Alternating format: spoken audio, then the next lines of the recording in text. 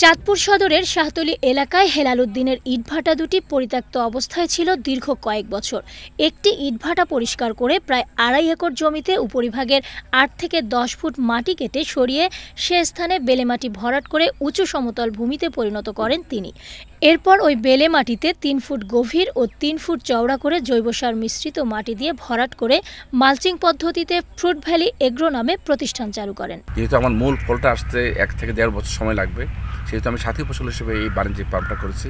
কিছু uncommon fruits আমি এখানে চাষ করেছি, যেটা ব্যাপক ফলন হয়েছে। আমি মনে করি এইসব ফল আগে বিদেশ থেকে আমদানি হতো, অনেক অনেক উচ্চ দরের আমাদের বৈদেশিক মুদ্রা খরচ হতো।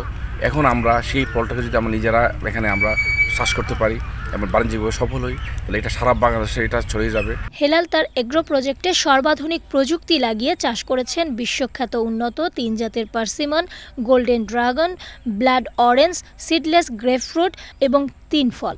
প্রতিটি ফল জৈব ও অর্গানিক পদ্ধতিতে উৎপাদিত হচ্ছে। প্রতিদিন এই ফ্রুট ভ্যালিতে ২০ থেকে ২৫ জন লোক নিয়মিত কাজ করছেন। পুষ্টিগুণে ভরপুর, নানা রোগের প্রতিষেধক এসব ফলকে কীটনাশকবিহীন, বিষমুক্ত এবং সম্পূর্ণ পরিবেশ বান্ধব স্বাস্থ্যসম্মত করে তুলতেই তারা কাজ করে যাচ্ছেন। আমাদের একটা কর্মসংস্থান হয়েছে এবং এই কর্মসংস্থান হওয়াতে আমাদের পরিবার নিয়ে আমরা মোটামুটি ভালো আছি।